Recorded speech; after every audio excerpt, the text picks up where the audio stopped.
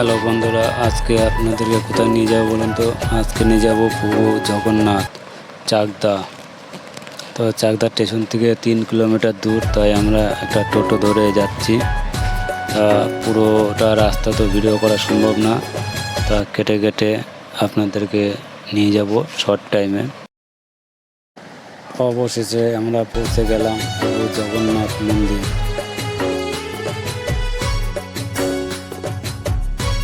প্রবেশ করব। জগন্নাথ 500 বছর আগে এসছেন এখানে, উনি একাই এসছেন। আর ও যে দেখতে পাচ্ছেন ওদিকটা স্নান করানো হয়। তা বলরাম সুভদ্রাম কেউ এখানে আসেনি, উনি একাই এখানে আছেন। তা এখানে রথের দিন এবং উল্টো রথের দিন সেরকম কিছু হয় না, শুধু প্রত্যেক দিন 5 বার ভোগ হয়। কিন্তু স্নান যাত্রার দিন এখানে প্রচুর একটা উৎসব হয়, বড় মেলা বসে, লোকে ভিড় হয়ে যায়।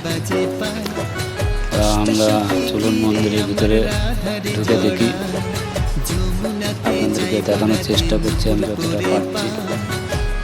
যদি ভিডিওটা ভালো লাগে অবশ্যই লাইক আর কমেন্ট করে জানাবেন। জয় জগন্নাথ।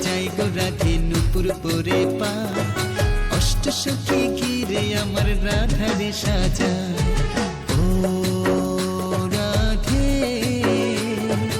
ও রাধে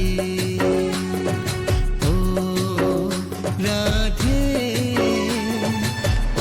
আমাদের প্রভু জয় জগন্নাথ। আপনাদেরকে একটু জুম করে দেখানোর চেষ্টা করি। দেখতে পাচ্ছেন উনি একাই এখানে বিরাজ করে।